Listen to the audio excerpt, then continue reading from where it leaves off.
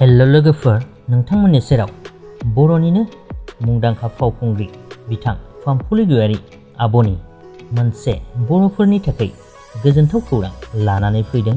स' लोगोफोर, जानो हागौ नोंथांमोना बे खौरांखौ गोबाङानो मोनखांबाय आरो गोबाङानो मोनाखै जानो हागौ। आसा खालामो नोंथांमोना भिडिअखौ जोबजासिम नायलांगोन। स' लोगोफोर, खौराङानो जाहैबाय पाम्पुली गयारी बिथाङा मोनसे गोदानै आरो बड' थियेटार खुलिबाय। बिथांनि थियेटारनि मुङानो जादों आइराखि। दायो जोंनि गेजेराव बड' थियेटारा बिथांनिजों मोनथाम जाहैबाय।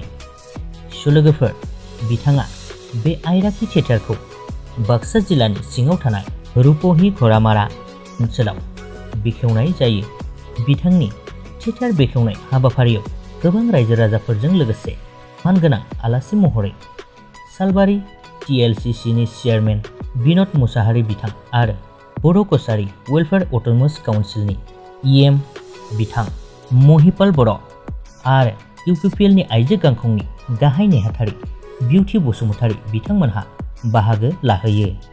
स' लोगोफोर, पाम्पुली गयारी बिथाङा रायजोफोरखौ मा खावलायहरदों?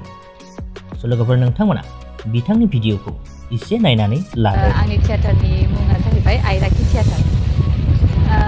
थांखिया बेनो जे जोंनि बर' हारिया जौगानांगौ आरो थियेटारा दा जोंनि बर'आव मोननैल' दङ होनजायो।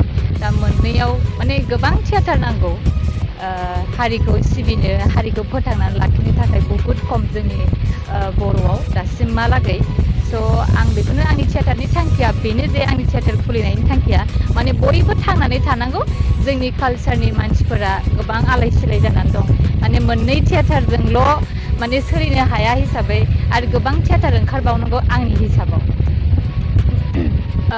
बर' समाजाव आं बेखौनो मेसेज हरनो सानो जे जोंनि बर'फोरा थियेटारखौबो नायनांगौ आरो नायनानै जोंबो जेसेबां हायो मोजां मेसेज होनो नाजागोन आरो बे जोंनि थियेटारनि जिखिनि जों आयदा देखायगोन, बे देखायनायाव जाहाथे मोजांखौ सायख'नानै लानो हानाय आरो बर'खौ जौगाहोनो थाखाय आं खावलायगोन आरो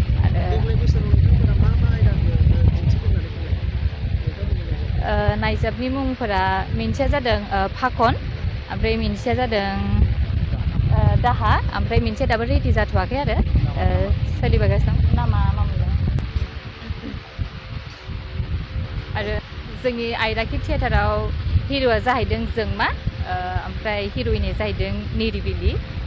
जोंनि बे बाक्सानिनो होनजायो, ओमफ्राय दिखियाजुलिनि हिर'आ।